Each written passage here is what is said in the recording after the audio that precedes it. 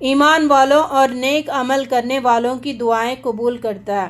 اللہ رب العزت ہمیں بھی ایمان اور عمل صالح کرنے والا بنائے تاکہ ہماری دعائیں قبول ہو، تاکہ ہم جنت میں اعلیٰ درجوں میں جائیں، اور اپنے فضل سے انہیں اور زیادہ دیتا ہے۔ اگر اللہ اپنے سب بندوں کو کھلا رزق دے دیتا تو وہ زمین میں سرکشی کا طوفان برپا کر دیتے، سب کو برابر دے دیتے۔ یہ نپاتلا دینے کا ریزن یہ ہے کہ ایک بندہ دوسرے بندے کے کام آئے۔ اگر سب کو برابر رزق دیتا تو پھر سرونٹ کون ہوتا؟ سب کو برابر رزق دیتا تو پھر پیون کون ہوتا؟ یہ ایک دوسرے کے کام آنے کے لیے ہے بس، اور جس کو زیادہ ملتا ہے اس کے لیے بھی فتنہ ہے، آزمائش ہے، اور جس کو کم ملتا ہے اس کے لیے بھی آزمائش ہے۔ اللہ رب العزت ہمیں ہر آزمائش میں پورے اترنے والے بنائے۔ اللہ لوگوں کے مایوس ہونے کے بعد بارش برساتا ہے، وہی قابل تعریف ولی ہے۔ رکوع 4۔ تم لوگوں پر جو مصیبت بھی آئی ہے تمہارے اپنے ہاتھوں کی کمائی سے آئی ہے۔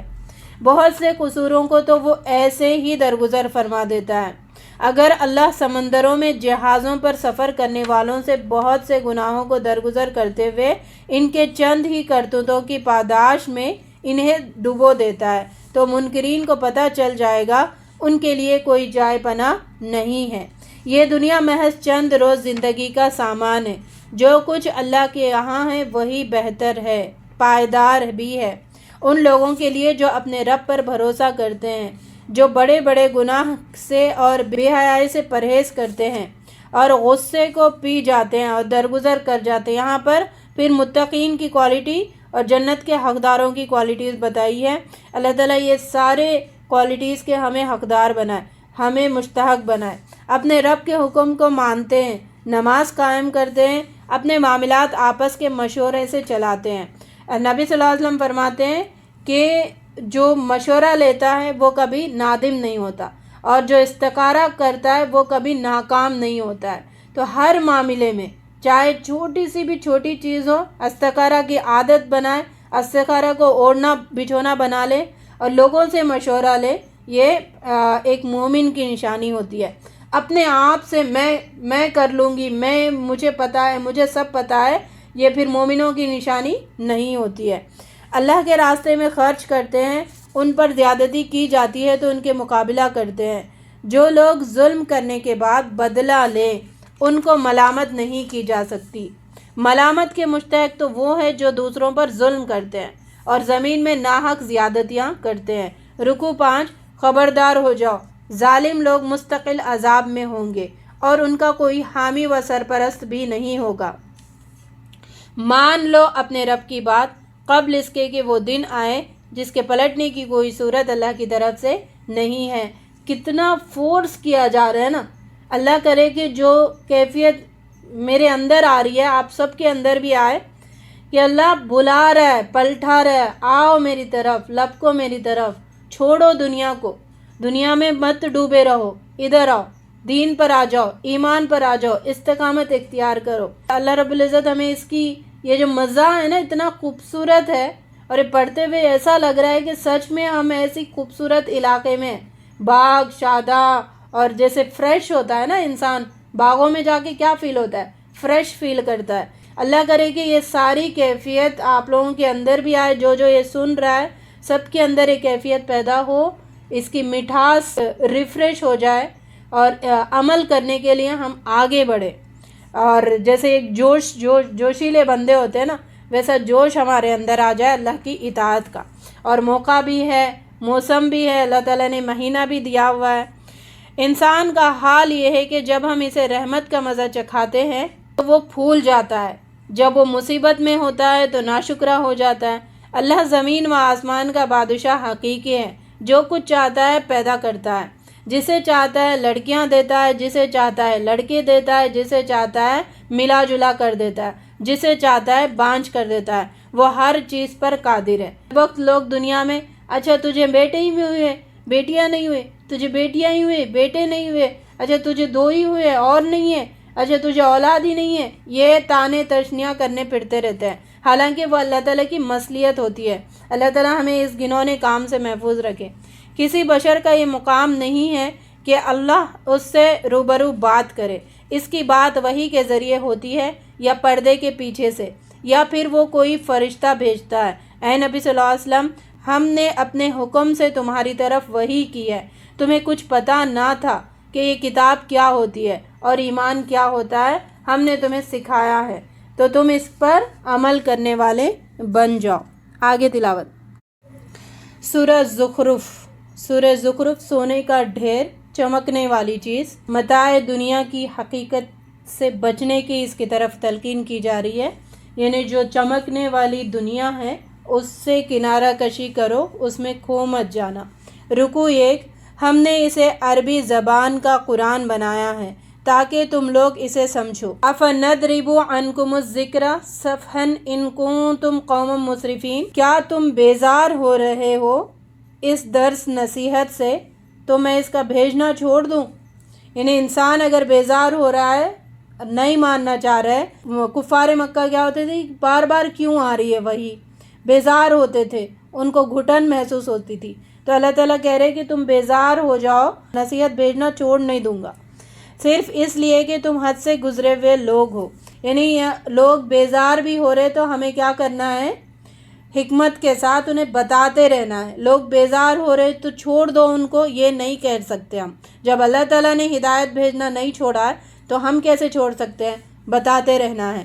زمین و آسمان کو پیدا کرنے والا وہی ہے جس نے تمہارے لیے زمین کو گہوارہ بنایا، اس میں تمہاری خاطر راستے بنائے، ایک خاص مقدار میں پانی آسمان سے اتارا، تمام جوڑے پیدا کیے، تمہارے لیے کشتیوں اور جانوروں کی سواری بنایا۔ جب تم سواری پر چڑھتے ہو تو یوں کہو، پاک ہے وہ جس نے ہمارے لیے اس چیزوں کو مسخر کر دیا ہے، ورنہ ہم انہیں قابو میں لانے کی طاقت نہیں رکھتے تھے۔ آخر ایک روز ہمیں ہمارے رب ہی کی طرف پلٹنا ہے۔ یہاں پہ سفر کی دعا ہے، گاڑی میں بیٹھ کے سبحان الذی سخر لنا ھذا وما کنا لہ مقرنین وانا الی ربنا لمنقلبون پڑھنا ہے۔ رکوع 2۔ لوگ خدائے رحمان کی طرف بیٹیوں کو منسوب کرتے ہیں، جبکہ وہی بیٹی کی ولادت کا مسودہ ان میں سے کسی کو دیا جاتا ہے تو اس کے منہ پر سیاہی چھا جاتی ہے۔ یعنی انسان بندہ گورا بھی ہو نا خوشی کی خبر سن کے کالا دکھنے لگتا ہے، تو پھر یہ کفار کی علامت تھی۔ جب بیٹیاں پیدا ہوتے تھے تو ان کا منہ کالا ہو جاتا تھا اور غم سے بھر جاتا تھا۔ غم سے جب بھر جاتا ہے انسان کالا دکھنے لگتا ہے۔ انہوں نے فرشتوں کو عورتیں قرار دیا ہے، کیا ان کے جسم کی ساخت انہوں نے دیکھی ہے؟ وہ کہتے ہیں کہ ہم نے اپنے باپ دادا کو ایک طریقے پر پایا ہے اور ہم انہی کے نقش قدم پر چلے جا رہے ہیں۔ جب تم سے پہلے کسی بستی میں بھی ہم نے ڈرانے والے کو بھیجا، انہوں نے یہی جواب دیا۔ نبی نے ان سے پوچھا، کیا تم اسی ڈگر پر چلو گے جس سے تم نے اپنے باپ دادا کو پایا ہے، جبکہ میں اس سے زیادہ صحیح راستہ بتا رہا ہوں، لیکن انہوں نے انکار ہی کیا۔ رکوع 3۔ ابراہیم علیہ السلام نے اپنے باپ اور قوم سے کہا تھا، تم جن کی بندگی کرتے ہو میرا ان سے کوئی تعلق نہیں ہے، میرا تعلق صرف اس سے ہے جس نے مجھے پیدا کیا، وہی میری رہنمائی کرے گا۔ ابراہیم علیہ السلام کی اولاد نے یہ سبق بھلا دیا تو ان کے پاس حق اور رسول مبین آ گیا، مگر وہ اسے ماننے سے انکار کرتے ہیں۔ وہ کہتے ہیں کہ قرآن بڑے آدمیوں میں سے کسی پر کیوں نازل نہ کیا گیا؟ دنیا کی زندگی میں تو ان کی گزر بسر کے ذرائع ہم نے کچھ لوگوں کو دوسروں سے زیادہ دیے ہیں۔ اچھا کیسے دیتے پتہ ہے دنیا اللہ تعالیٰ؟ مثال، ایک چھوٹی سی مثال ہے، جیسے ایک کبوتر ہے پنجرے میں اور ایک چوہے کو بھی پنجرے میں رکھا جاتا ہے، تو کبوتر کو اس کا مالک محبت سے پیار سے کھانا دیتا ہے، چوہے کو اس کی پکڑنے کی یعنی ناراضگی سے، اس کی پکڑنے کی غرض سے اس کو کھانا دیتا ہے۔ تو اللہ تعالیٰ بھی ایسی بدبختوں کو بھی کھانا دے رہے، لیکن چوہوں کی مثال، اور نیک بختوں کو بھی کھانا دے رہے کبوتر کی مثال میں، تاکہ وہ ایک دوسرے سے خدمت لے۔ تیرے رب کی یہ نبوت اس دولت سے زیادہ قیمتی ہے جسے یہ لوگ سمیٹ رہے ہیں۔ دنیا کی دولت تو اللہ کی نگاہ میں کوئی چیز ہی نہیں ہے۔ اگر سارے لوگوں کا کفر کی طرف ڈھلکنے کا اندیشہ نہ ہوتا تو ہم ان لوگوں کی چھتیں، سیڑھیاں اور دروازے اور ان کے تخت سونے چاندی کے بنا دیتے۔ ساری دنیا کے کفر کا اندیشہ نہیں ہوتا تو سارے لوگوں کو میں سارے لوگوں کی سیڑھیاں گھر وغیرہ سونے چاندی کے بن جاتے، لیکن ایسا اگر کفار کے ساتھ ہوتا، ہر ایک کے ساتھ ایسے ہوتا، ایمان لانے والوں کا ایمان لانے کا اندیشہ، ایمان سے پھر جانے کا خدشہ تھا، اس وجہ سے اللہ تعالیٰ نے نہیں دیا۔ رکوع 4، جو شخص رحمان کے ذکر سے تغافل برتتا ہے ہم اس پر ایک شیطان مسلط کر دیتے ہیں اور وہ اس کا رفیق بن جاتا ہے، پھر وہ انڈے کی طرح اس کے ہر طرف چھا جاتا ہے، پھر اس کو بھٹکاتے رہتا ہے۔ یہ شیاطین ایسے لوگوں کو راہ راست پر آنے سے روکتے رہتے ہیں اور وہ اپنی جگہ یہ سمجھتے ہیں کہ ہم ٹھیک جا رہے ہیں۔ کتنی بڑی بدبختی ہے نا، غلط کرتے ہوئے بھی سمجھ رہا ہے ٹھیک ہے، اور اس کی آنکھیں آخرت میں کھلیں گی۔ اللہ تعالیٰ ہمیں حق کو حق کر کے دکھا، باطل کو باطل کر کے دکھا، تاکہ حق پر جمے رہیں اور باطل سے رک جائے۔ مگر جب یہ شخص ہمارے یہاں پہنچے گا تو اپنے شیطان سے کہے گا، کاش میرے اور تیرے درمیان مشرق اور مغرب کی دوری ہوتی، تو بدترین ساتھی نکلا۔ اے نبی صلی اللہ علیہ وسلم، تم اس کتاب کو مضبوطی سے تھامے رہو جو وحی کے ذریعے سے تمہارے پاس بھیجی گئی ہے، یقیناً تم سیدھے راستے پر ہو۔ یہ کتاب تمہارے لیے اور تمہارے قوم کے لیے ایک بہت بڑا شرف ہے، اور تم لوگوں کو اس کے جواب دہی کرنی ہوگی۔ تم سے پہلے جتنے بھی رسول ہم نے بھیجے ہیں ان سب سے پوچھ کر دیکھو کہ کیا ہم نے خدائے رحمان کے سوا کوئی دوسرے بھی معبود مقرر کیے تھے کہ ان کی بندگی کی جائے۔ رکوع 5، موسیٰ علیہ السلام کو ہم نے فرعون اور اس کے سرداروں کے پاس بھیجا اور ہم انہیں ایک کے بعد ایک ایسی نشانیاں دکھاتے چلے گئے کہ ہر نشانی پہلے سے بڑھ چڑھ کر تھی۔ جب کبھی ان پر عذاب آتا تو موسیٰ علیہ السلام سے کہتے، اے ساحر، اپنے رب کی طرف سے جو منصب تجھے حاصل ہے اس کی بنا پر ہمارے لیے اس سے دعا کر۔ کتنے بدبخت جادوگر کر کے بلا رہے تھے موسیٰ علیہ السلام کو، ہم ضرور راہ راست پر آ جائیں گے۔ مگر جو ہی کہ عذاب ہٹ جاتا وہ اپنی بات سے پھر جاتے۔ ایک دن فرعون نے اپنی قوم سے کہا، لوگو، کیا میں بہتر ہوں یا یہ شخص جو ذلیل و حقیر ہے، جو اپنی بات بھی کھل کر بیان نہیں کرتا؟ فرعون نے کہا، موسیٰ علیہ السلام کو لکنت تھی نا زبان میں، تو اپنا اور موسیٰ علیہ السلام کا کمپیئر کر رہا تھا۔ کیوں نہ اس پر سونے کے کنگن اتارے گئے۔ سونے کے کنگن اتارنا مطلب کوئی انہونی بات ہو گئی اور بہت ہی عزت والا شخص ہے، نہیں ہے تھا نا۔ اللہ تعالیٰ نے کیا کیا؟ موسیٰ علیہ السلام کی شان برقرار رکھی، اسے ذلیل و خوار کر کے نشان عبرت بنا کے رکھا، یا فرشتوں کے دست ان کی اردلی میں آیا۔ آخر کار انہوں نے ہمیں غضبناک کر دیا تو ہم نے انہیں اکٹھا غرق کر دیا، بعد والوں کے لیے نمونہ عبرت بنا کر۔ رکوع 6، ابن مریم کے سوا کچھ نہ تھا، ابن مریم اس کے سوا کچھ نہ تھا کہ ایک بندہ تھا جس پر ہم نے انعام کیا۔ بنی اسرائیل کے لیے اسے اپنی قدرت کا ایک نمونہ بنا دیا، اور وہ دراصل قیامت کی ایک نشانی ہے۔ جب عیسیٰ علیہ السلام ساری نشانیاں لیے ہوئے آیا تھا تو اس نے کہا تھا، میں تم لوگوں کے پاس کہ حکمت لے کر آیا ہوں کہ تم پر بعض باتوں کی حقیقت کو کھول دوں جن میں تم اختلاف کر رہے ہو۔ اللہ سے ڈرو، میری اطاعت کرو، اللہ ہی میرا رب ہے اور تمہارا رب بھی، اسی کی عبادت کرو، یہی سیدھا راستہ ہے۔ مگر اس پیغام کے بعد بھی گروہوں نے آپس میں اختلاف کیا۔ قیامت کے روز متقین کو چھوڑ کر باقی سب دوست ایک دوسرے کے دشمن بن جائیں گے۔ قیامت کے دن متقین کی ہی دوستی کام آنے والی ہے، وہی ساتھ رہیں گے، اس کے علاوہ سارے دوست دشمن بن جائیں گے۔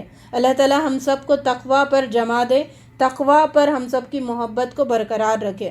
رکوع 7، قیامت کے روز مومنوں سے کہا جائے گا، تم اور تمہاری بیویاں جنت میں داخل ہو جاؤ۔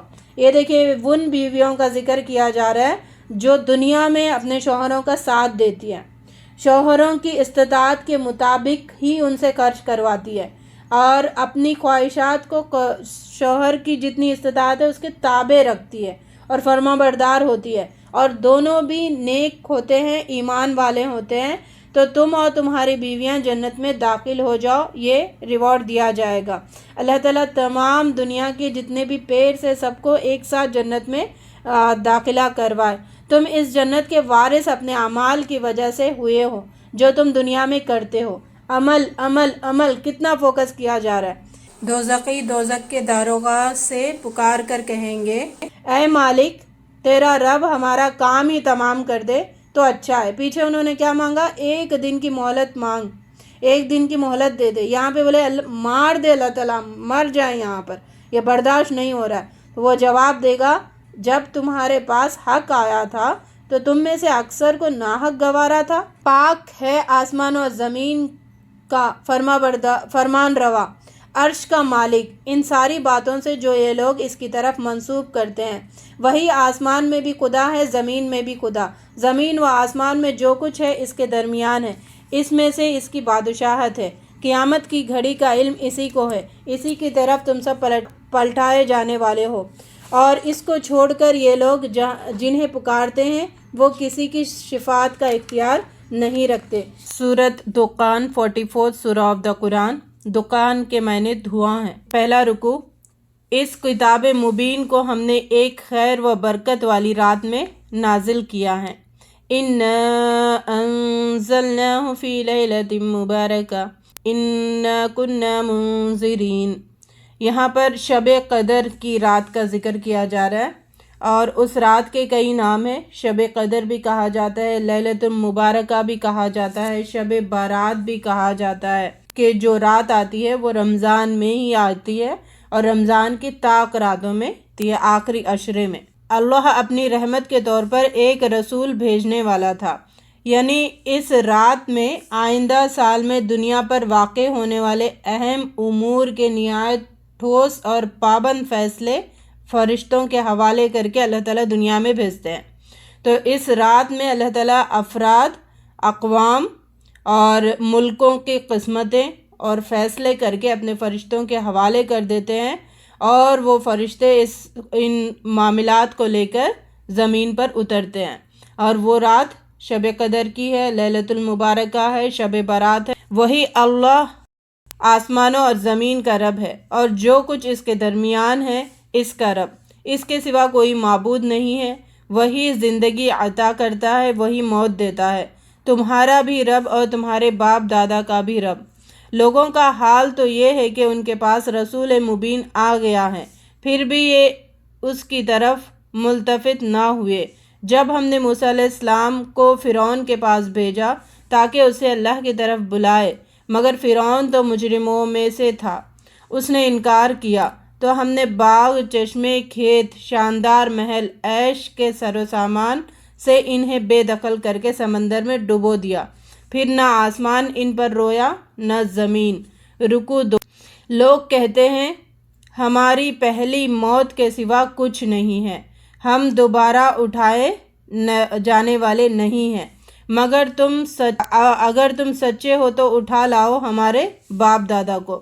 یہاں سے ان کے اعتراضات کا سلسلہ شروع ہو رہا ہے, اور یہ آخری صورتوں میں بعث بعد الموت کے بارے میں جو کفار کا اعتراضات ہے ان کے جوابات دیتے ہوئے ہمیں نظر آتی ہیں. یہ ساری صورتیں ان قوموں کا ذکر کیا جاتا ہے جن کو تباہ کر دیا گیا, اور پھر بتایا جاتا ہے کہ اللہ تعالیٰ کی وحدانیت کو مانو. یہ ساری باتیں ہمیں اس میں ملتی ہے. ہم نے تبع کی قوم کو اس سے پہلے کے لوگوں کو تباہ کیا اور وہ مجرم ہو گئے تھے. قوم تبع شاہان یمن کو کہا جاتا ہے, جیسے ایران کے بادشاہ کو کسریٰ کہا جاتا ہے, روم کے بادشاہ کو قیصر کہا جاتا ہے, اور حبشہ کے بادشاہ کو نجاشی کہا جاتا ہے. اسی طرح یمن کے بادشاہوں کا لقب تبع تھا. تبع قوم تبع کا جد امجد تھا, ایک فیمس آدمی تھا تبع اس قوم کا, اور ایماندار آدمی تھا. اپنے وقت میں اس کا بڑا ڈنکا تھا, بہت سے علاقے اس نے فتح کر لیے تھے. پھر بعد کے لوگ اس میں کفر میں مبتلا ہو گئے, تو اللہ کی سرکشی انہوں نے کرنے شروع کر دی, تو اللہ تعالیٰ نے ان کو عذاب میں مبتلا کر دیا ہے. تو عرب میں ان کی عظمت کے افسانے لوگوں کے زبانوں پر تھے, جیسے لقمان حکیم کے واقعات عرب کے لوگ مکے والے ذکر کرتے تھے, ایسے قوم تبع کا بھی ذکر ان کی زبانوں پر موجود تھا. ہم نے آسمان اور زمین اور ان کے درمیان کی چیزیں کھیل کے طور پر نہیں بنا دی ہے, ان کو ہم نے برحق پیدا کیا ہے. قیامت کے دن کوئی عزیز اپنے کسی عزیز کے کام نہ آئے گا, اور نہ کہیں سے انہیں کوئی مدد پہنچے گی سوائے اس کے کہ اللہ ہی کسی پر رحم کرے. رکوع 3. گنہگار کے لیے کھانے کو زقوم اور پینے کو پگھلا ہوا تارکول دیا جائے گا۔ کھانے کو زقوم کا درخت جو ہے جو گنہگاروں کا کھانا ہوگا۔ بھوک کی شدت اتنی ہوگی کہ جہنمی بےتاب ہو جائیں گے، تو ان کو فرشتے ہانک کر لے جائیں گے طہر کے درختوں کے پاس۔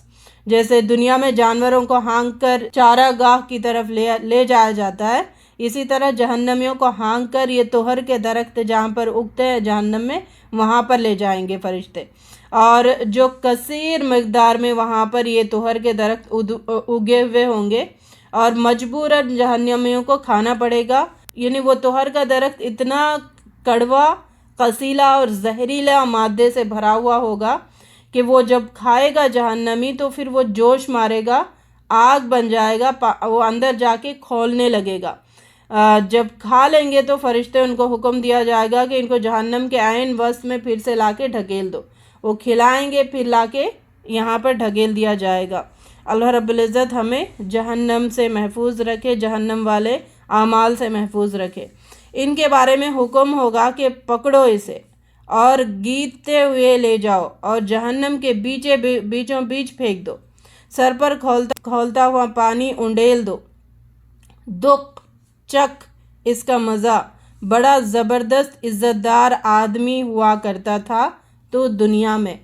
تو بہت سارے لوگ جو دنیا میں عزت دار سمجھے جاتے تھے، لوگ ان کی تعظیم کرتے تھے، لوگ انہیں بڑا سمجھتے تھے، اور وہ اللہ کے نافرمان تھے، پھر بھی لوگ ان کی تعریفیں اور ان کی کبریائی بیان کرتے نہیں تھکتے۔ قیامت کے دن کو ذلیل کیا جائے گا، گھسیٹ کر اور دھکے دیتے ہوئے، ہنٹر سے مارتے ہوئے فرشتے ان کو جہنم میں پھینک دیں گے۔ اللہ رب العزت ہمیں اس ذلت سے محفوظ فرمائے۔ خدا ترسی لوگ امن کی جگہ میں ہوں گے، باغ اور چشموں میں حریر اور دیبا کے لباس پہنے ہوئے آمنے سامنے بیٹھے ہوں گے۔ یہ خدا ترس لوگ قرآن پر عمل کرتے ہیں، اللہ تعالیٰ کی باتوں پر عمل کرتے ہیں۔ نبی صلی اللہ علیہ وسلم نے فرمایا کسی شخص کو اس کے عمل بہشت میں نہیں لے جائیں گا۔ لوگوں نے کہا اے نبی صلی اللہ علیہ وسلم کیا آپ کے عمل بھی نہیں لے جائیں گے؟ تو فرمایا گیا ہاں میرے عمل بھی نہیں لے جائیں گے، میں بھی اپنے عمل کے سبب بہشت میں نہیں جاؤں گا، جنت میں، اللہ ہے کہ اللہ کا فضل اور اس کی رحمت مجھے ڈھانپ لے۔ اللہ رب العزت ہمیں اپنی رحمتوں سے ڈھانپ لے۔ تو یہ جنت والوں کا ریوارڈ ہوگا۔ رحمت اللہ تعالیٰ کی کن کے لیے ڈھانپی جائے گی؟ جو اللہ کی بات مانتے ہیں اور ان کے حکم کے مطابق زندگی گزارتے ہیں، یہ ہوگی ان کی شان، یہی بڑی کامیابی ہے۔ اے نبی صلی اللہ علیہ وسلم، ہم نے اس کتاب کو تمہاری زبان میں سہل بنا دیا ہے، آسان بنا دیا ہے۔ قرآن آسان ہے، رب کہتا ہے کہ قرآن آسان ہے۔ اب قرآن کو مشکل کس نے بنایا؟ یہ جو فرقہ واریت مولوی ہے، فرقہ واریت علماؤں نے اس قرآن کو مشکل، دنیا کی مشکل ترین کتاب بنا دیا ہے، اور لوگ بھی، عوام کا ذہن بھی اتنا کم کہ جیسے انہوں نے بولا ویسے یہ بھی سمجھنے لگے اور اس کو بڑی مشکل کتاب بنا لیا۔ لیکن اللہ تعالیٰ جگہ جگہ پر یہ بتاتے ہیں قرآن میں یہ کتاب بہت آسان ہے۔ اس کی آسانی کی راز کیا ہے؟ جب ہم دلوں کا جو تالا ہے اس کو کھولیں گے، یعنی فہم کے دروازے کو کھولیں گے، تو قرآن اس کے اوپر بہت آسان ہوگا۔ فَإِنَّمَا يَسَّرْنَاهُ بِلِسَانِكَ لَعَلَّهُمْ يَتَذَكَّرُونَ، جو تدبر کرتا ہے، جو غور و فکر کرتا ہے، اس کے لیے قرآن بہت آسان ہے سمجھنے کے لیے اور عمل کرنے کے لیے۔ اللہ رب العزت ہمیں اس کتاب کو آسان بنا دے۔ اس کتاب کو تمہاری زبان میں سہل بنا دیا ہے تاکہ یہ لوگ نصیحت حاصل کرے۔ نصیحت حاصل کرنا اس کا ریزن ہے، بس تبرکات حاصل کرنا ریزن نہیں ہے، نصیحت حاصل کرنا ہے، زندگیوں کو چینج کرنا ہے۔ 45 سورہ آف دا قرآن۔ اس سورت میں تکبر سے بچنے کی تلقین کی جا رہی ہے۔ ہمیں اپنی آخرت بنانے کے ساتھ ساتھ دوسروں کی آخرت بھی بنانے کی فکر ہونی چاہیے، یہ میسج ہمیں اس سورت میں ملتا ہے۔ پہلا رکوع، آسمان اور زمین میں بے شمار نشانیاں ہیں ایمان لانے والوں کے لیے، تمہاری اپنی پیدائش میں، حیوانات میں، شب اور روز کے فرق اور اختلاف میں، اس رزق میں جسے اللہ آسمان سے نازل فرماتا ہے، اور ہواؤں کی گردش میں۔ آخر اب اللہ اور اس کی آیات کے بعد اور کون سی بات ہے جس پر یہ لوگ ایمان لائیں گے؟ یہی بات ہے جس پر ایمان لانا ہے۔ اس کے علاوہ کس بات کے لیے تم ڈھونڈ رہے ہو؟ کون سا راستہ چاہیے؟ کون سی ہدایتیں چاہیے؟ ہدایت موجود ہے، اسی پر عمل کرنا ہے۔ تباہی ہے ہر اس جھوٹے اور بد اعمال شخص کے لیے جس کے سامنے اللہ کی آیات پڑھی جاتی ہے تو وہ ان کو سنتا ہے، پھر پورے غرور کے ساتھ کفر پر اڑا رہتا ہے۔ تباہی ہے ایسے لوگوں کو۔ کس کا ذکر یہاں پر کیا جا رہا ہے؟ یعنی جو مانتے ہیں یہ اللہ تعالیٰ کی کتاب ہے اور سنتے ہیں احکام کہ یہ حکم ہے، پھر بھی فوراً اس کو جھٹلا دیتے ہیں، سن کے انسنی کر دیتے ہیں۔ تو اس آیت میں ہمیں اللہ تعالیٰ سے محبت اور اللہ تعالیٰ سے عشق کرنے پر ابھارا جا رہا ہے۔ اللہ تعالیٰ فرماتے وسیعت رحمتی علی کل شیء، میری رحمت ہر چیز پر شامل حال ہے۔ سبقت رحمتی علی غضبی، اللہ تعالیٰ کی رحمت اللہ کے غضب پر غالب آ گئی ہے۔ تو اللہ تو اپنے رحمت کے مستحق بنانے کے لیے بندوں کو قرآن دے کر بھیجا ہے۔ قرآن کے ذریعے سے تم میری رحمت کے مستحق بن سکتے ہو، اس کے راستے پر چل کے تم میری رحمت کے مستحق بن سکتے ہو، لیکن تم نے اس راستے کو چھوڑ دیا اور تم مشرکین کے طریقے پر عمل کرنے لگے۔ مشرکین کا طریقہ کیا ہے؟ قرآن سننا انہیں بالکل پسند نہیں تھا، اور جو بھی آئے اگر کوئی سنتا بھی تھا تو اس ٹون میں لگتا تھا کہ اس سے کوئی ایسا نقطہ ہاتھ آ جائے، مذاق اڑانے کا ذریعہ بن جائے۔ تو یہ کافروں کا طریقہ ہوا کرتا تھا۔ تو یہاں پہ بتایا جا رہا ہے تباہی ہے اس شخص کے لیے، اس جھوٹے اور بد اعمال شخص کے لیے جس کے سامنے اللہ کی آیت پڑھی جاتی ہے۔ ہم سب کے سامنے اللہ کی آیتیں یہ پڑھی جا رہی ہے، ہم اس کو سنتے بھی ہیں اور پھر غور بھی کرتے ہیں، یہ سارے ہونے کے بعد پھر کفر کرتے ہیں، ہاں ٹھیک ہے، نہیں اپنے نفس کی پوجا کرتے ہیں۔ یہ ایسے لوگوں کے لیے تباہی ہے۔ اللہ تعالیٰ ہمیں ایسے لوگوں میں شامل نہ کرے، جو سنا ہے اس پر عمل کرنے والوں میں شامل فرمائے۔ جن لوگوں نے اللہ کی آیات کا مذاق بنا لیا ہے ان سب کے لیے ذلت کا عذاب ہے۔ جیسے لوگ کار سازوں کے چکر میں بے دھڑک گناہ کرتے رہتے ہیں نا دنیا میں، کہ ان کا دامن پکڑ کے چلے جائیں گے، ان کا دامن پکڑ کے چلے جائیں گے، موت کے بعد ہمارے کفن میں یہ چیز رکھ دو، کلمہ لکھ کے رکھ دو تو پھر ہم کامیاب ہو جائیں گے۔ تو یہ ساری چیزوں کو اللہ تعالیٰ نے ختم کر دیا ہے۔ یہ ساری چال بازیوں سے تم جنت میں نہیں جا سکتے۔ جنت میں جانے کا سمپل اور شارٹ کٹ طریقہ ہے اللہ اور رسول اطاعت۔ رکو 2، اے نبی صلی اللہ علیہ وسلم، ایمان والوں سے کہہ دو کہ مجرم کے حرکتوں پر درگزر سے کام لے، تاکہ اللہ خود ہی ان کی اس کمائی کا بدلہ دے۔ جو برائی کرے گا وہ آپ ہی اپنا خمیزہ بھگتے گا، پھر جانا سب کو اپنے رب ہی کی طرف ہے۔ بنی اسرائیل میں جو اختلاف رونما ہوا وہ دراصل علم کے آ جانے کے بعد ہوا، اور اس بنا پر ہوا کہ وہ آپس میں ایک دوسرے پر زیادتی کرنا چاہتے ہیں۔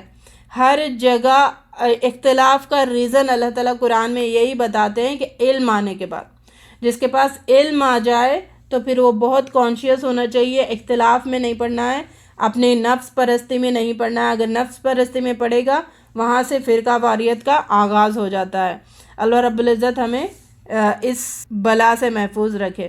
اللہ قیامت کے دن ان اختلافات کا فیصلہ فرما دے گا۔ اے نبی صلی اللہ علیہ وسلم، ہم نے تم کو دین کے معاملے میں ایک شریعت پر قائم کیا ہے، لہٰذا تم اسی پر چلو اور ان لوگوں کی خواہشات کی اتباع نہ کرو، اسی کی پیروی کرو۔ دوسرے جو کفار آپ کو بہکانا چاہتے ہیں ان کے بہکاوے میں مت آؤ، ان کی باتیں مت سنو۔ ظالم لوگ ایک دوسرے کے ساتھی ہیں اور متقین کا ساتھی اللہ ہے۔ جن لوگوں نے برائیوں کا ارتکاب کیا ہے، کیا یہ سمجھ بیٹھے ہیں کہ ہم انہیں اور ایمان والے اور نیک عمل کرنے والوں کو ایک جیسا کر دیں گے؟ جو گناہ کر کے اللہ کی نافرمانی ڈھٹائی سے کرتے ہیں اور وہ متقی بن جائیں گے اور متقیوں کا جیسا انجام ان کا ہوگا، یہ غلط فہمی ہے۔ اللہ تعالیٰ ان کو عذاب میں مبتلا کر کے رہے گا۔ آیت نمبر 20 میں بتایا گیا اللہ کی رحمت تب ہی بنے گی جب ہم اس پر یقین رکھتے ہوں، رب کی طرف سے نازل شدہ پر یقین رکھتے ہیں اور دنیا میں زندگی گزارنے کے طریقے کو مکمل رہنمائی کرتے ہیں۔ جو اللہ نے نازل کیا ہے وہی طریقہ ہے زندگی گزارنے کے ہر پہلو میں، ٹھیک ہے، پیدائش سے لے کر مرنے تک صبح اٹھنے سے لے کر رات سونے تک ہر معاملے میں رب کی رہنمائی اس میں ڈھونڈتا ہے۔ تو یہ ایسے بندوں کے لیے ہی اللہ تعالیٰ کی رحمت ان کے شامل حال ہوتی ہے۔ اللہ رب العزت ہمیں ایسے لوگوں میں شامل فرمائے جو ہر حال میں، ہر وقت، ہر کام میں اللہ کی رحمت کو ڈھونڈتے رہتے ہیں، دین کی تعلیمات کو ڈھونڈتے رہتے ہیں، کیونکہ اسلام از اے وے آف لائف ہے۔ رکوع 3، آسمانوں اور زمین کی تخلیق اس کے لیے ہے کہ ہر متنفس کو اس کی کمائی کا بدلہ دیا جائے۔ کیا تم نے کبھی اس شخص کے حال پر بھی غور کیا جس نے اپنی خواہش نفس کو اپنا خدا بنا لیا ہے؟ اللہ نے علم کے باوجود اسے گمراہی میں پھینک دیا ہے۔ کہ گمراہی علم کے بعد کیسے آتی ہے؟ کہ اللہ تعالیٰ نے لکھ دیا ہے تقدیر میں کہ وہ گمراہ ہوگا، پھر وہ گمراہی اس کے اندر آ جاتی ہے۔ دوسرا، خیر و شر کی پوری تمیز اور اس کا علم رکھتا تھا، لیکن جب وہ اپنی خواہشات کے پیچھے پڑ گیا تو اللہ نے اس کو علم کے باوجود گمراہ کر دیا۔ اکثریت ہمارے اندر یہی ہے کہ علم ہے، یہ غلط ہے، پھر بھی خواہشات کی پیروی کرتے ہیں، تو پھر ویسے لوگ گمراہ ہیں۔ گمراہ لوگوں کا ٹھکانہ جہنم ہے۔ دہریت اور الحاد پسند لوگ بھی گمراہی کے راستے پر ہوتے ہیں۔ اللہ نے علم کے باوجود اسے گمراہی میں پھینک دیا ہے اور اس کے دل اور کانوں پر مہر لگا دی ہے، اس کی آنکھوں پر پردہ ڈال دیا ہے۔ اب اللہ کے بعد کون ہے جو اسے ہدایت دے؟ یہ لوگ کہتے ہیں کہ زندگی بس ہماری دنیا کی زندگی ہے، یہی ہمارا مرنا، یہی جینا ہے، گردش ایام کے سوا کوئی چیز نہیں جو ہمیں ہلاک کر سکتی ہے۔ فلسفیوں کا یہی، دہریت والوں کا یہی ہے کہ بس یہ ہم مرتے جیتے ہیں، موسم کے چینجز کی وجہ سے زمانہ گزرتا ہے تو انسان مر جاتا ہے، دوبارہ زندگی کوئی نہیں ہے، تو یہی ان کی سوچ ہے۔ ایمان اسلام کی سوچ کیا ہے؟ کہ دوبارہ تمہیں جی اٹھنا ہے اور جواب دینا ہے، اس جواب دینے کے خوف سے زندگی صحیح طور پر گزارو۔ اے نبی صلی اللہ علیہ وسلم، ان سے کہو اللہ ہی تمہیں زندگی بخشتا ہے، پھر وہی تمہیں موت دیتا ہے، اور وہی تم کو قیامت کے دن جمع کرے گا، جس کے آنے میں کوئی شک نہیں ہے۔ رکوع 4، جس روز قیامت کی گھڑی ہوگی اس وقت ہر گروہ گھٹنوں کے بل گرا ہوا ہوگا، حالات دیکھے گا، جہنم دیکھے گا تو ندامت سے گھٹنوں کے بل ٹھہر جائے گا، گھٹنوں کے بل گر جائے گا۔ ہر گروہ کو پکارا جائے گا کہ آئے اور اپنا نام اعمال دیکھے، پھر جو لوگ ایمان لائے اور نیک عمل کیے وہ اللہ کے رحمتوں میں ہوں گے۔ ربنا جعلنا منہم، اللہ تعالیٰ ہمیں اپنے رحمتوں میں داخل کرے۔ اللہ کی رحمتوں میں داخل ہونا اصل کامیابی ہے۔ اس کے بعد سٹیپس ہے۔ پہلا ہے کہ قرآن کی تلاوت، قرآن پر فہم، قرآن پر بصیرت کی نظر، قرآن پر عمل، قرآن کے پیغام کو دنیا کے لوگوں تک پہنچانے کا عزم اور پہنچانے والوں کا ساتھ دینا، یہ رحمت کے مستحق بنتے ہیں۔ یہ سارے کام کرنے والے لوگ اللہ کی رحمت کے مستحق ہوتے ہیں۔ دوسرا، نماز پڑھنے کے بعد اپنی جگہ پر بیٹھے رہتے ہیں اور ذکر و اذکار کرتے رہتے ہیں، ایسے لوگوں کے ساتھ بھی رحمت اللہ تعالیٰ کی شامل حال ہوتی ہے۔ اور عصر کے فرض کے پہلے 4 رکعت پڑھ لیتے ہیں، اس پر بھی اللہ تعالیٰ کی رحمت برستی ہے۔ اور رات کو تہجد میں اٹھتے ہیں اور شوہر اپنی بیوی کو اٹھاتا ہے، اگر وہ نہ اٹھے تو منہ پر چھینٹے مار کے اٹھاتا ہے، بیوی اٹھتی ہے، شوہر کو اٹھاتی ہے، اس کے منہ پہ چھینٹے مار کے اٹھاتی ہے، تو پھر ان کے ساتھ بھی اللہ تعالیٰ کی رحمت شامل حال ہوتی ہے۔ جو بچوں سے محبت کرتے ہیں، ان کی نیک تربیت کرتے ہیں، ایسے لوگوں کے ساتھ بھی اللہ تعالیٰ کی رحمت شامل حال ہوتی ہے۔ جو لوگوں کے ساتھ نرمی کا معاملہ کرتا ہے، خرید و فروخت میں بھی نرمی کا معاملہ کرتا ہے، فیصلہ کرتا ہے تو نرمی کا فیصلہ کرتا ہے، یہ سارے لوگوں کے ساتھ بھی اللہ تعالیٰ کی رحمت شامل حال ہوتی ہے۔ یہاں پر بات یہ بتائی گئی کہ جن کے ساتھ اللہ تعالیٰ کی رحمت شامل حال ہوتی ہے وہی لوگ کامیاب ہونے والے ہیں۔ اللہ تعالیٰ ہمیں اپنی رحمت کے مستحق بنائے ہم سب کو، کیونکہ اللہ کی رحمت ملنا اصل کامیابی ہے، اور اس بعض فائدے ہوتے ہیں۔ بعض فائدے کیا ہیں؟ عذاب سے نجات مل جائے گی، دوسرا قیامت کے ہولناکیوں سے امن میں رہیں گے، حساب کتاب بالکل آسانی سے کیا جائے گا، سرسری طور پر کیا جائے گا، اور چوتھا فائدہ کیا ہوگا؟ جنت میں ان کو داخلہ مل جائے گا۔ تو اللہ رب العزت ہم سب کو اپنی رحمت کا مستحق بنائے۔ جن لوگوں نے کفر کیا تھا ان سے کہا جائے گا کیا میری آیات تم کو نہیں سنائی جاتی تھی؟ مگر تم نے تکبر کیا، تم نہ مانے، تم گھمنڈ میں مبتلا ہو گئے۔ آج ہم تمہیں اسی طرح بھلا دیتے ہیں جس طرح تم اس دن کی ملاقات کو بھول کر دنیا میں زندگی گزارتے تھے۔ یہ تمہارا انجام اس لیے ہوا کہ تم نے اللہ کی آیات کا مذاق بنا لیا تھا اور تمہیں دنیا کی زندگی نے دھوکے میں ڈال دیا تھا، لہٰذا نہ دوزخ سے نکالے جاؤ گے اور نہ معافی مانگنے کا موقع دیا جائے گا۔ یعنی ایمان کے کسی جز میں بھی ہمیں شک کرنے کا حکم نہیں ہے۔ قرآن اور حدیث کے کسی بھی جز میں اگر ہم نے شک کیا، نہیں مانے، اپنے خواہش نفس کو سامنے کیا، اللہ کے حکم کا پس پشت ڈال دیا۔ جیسے دیکھیں ہمارے یہاں طریقہ کیا ہوتا ہے، قرآن سامنے رکھا ہوا ہے تو لوگوں کو کہتے پیٹ مت کرو، بے ادبی ہے۔ قرآن کی طرف پیٹ مت کرو، بے ادبی ہے۔ قبلے کی طرف پیٹ مت کرو، بے ادبی ہے۔ ہم یہ تبرکات میں ہی مبتلا ہے، حالانکہ اللہ کا ہر حکم کی نافرمانی کر کے ہم پریکٹیکلی یہ کام کرتے ہیں کہ اللہ تعالیٰ کے اس حکم کو پیٹ کے پیچھے ڈال دیتے ہیں۔ صرف تبرکات کے پیچھے پڑے ہوئے قرآن کو پیٹ مت کرو، لیکن قرآن کے احکام کو اپنے پیٹوں پہ ڈال دیے ہے۔ دوسرا یہ جملہ کہا جا سکتا ہے کہ قرآن کے احکام کو پیروں تلے رون دیتے ہیں اور تبرکات کے پیچھے پڑے رہتے ہیں۔ اللہ تعالیٰ ہمیں نیک ہدایت عطا فرمائے، اطاعت کرنے والے بنائے ہم سب کو، اور اطاعت سے منہ پھیرنے والوں میں شامل نہ کریں۔